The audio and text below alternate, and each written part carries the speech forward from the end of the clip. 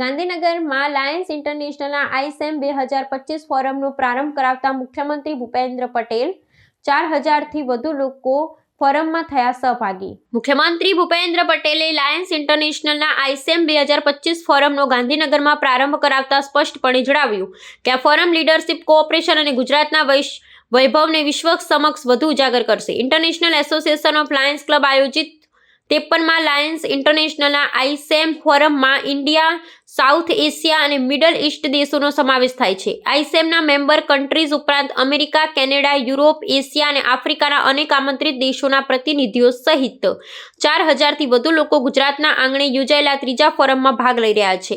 આ લાયન્સ સેવાભાવીઓ મહાત્મા ગાંધી, સરદાર પટેલ ને વિશ્વ નેતા વડાપ્રધાન નરેન્દ્રભાઈની વતન ભૂમિ પર એકત્ર થયા તે ભારતીય સંસ્કૃતિના વસુધૈવ કુટુંબકમ મંત્રનું જીવંત ઉદાહરણ પૂરું પાડે છે, તે મુખ્યમંત્રીએ જણાવ્યું હતું।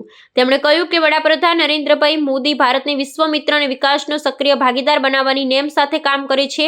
વિશ્વ સમુદાયો human centric development, global cooperation અને સોફ્ટ પાવર સાથે માનવ કલ્યાણનું સમાજ હિત રાખે તેવો તેમનો ધ્યેય છે।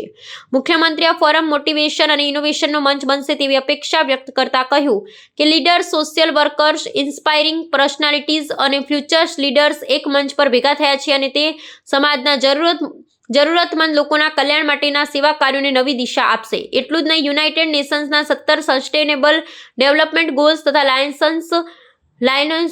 લાયન્સના મુખ્ય સેવાકીય કાર્યક્રમોની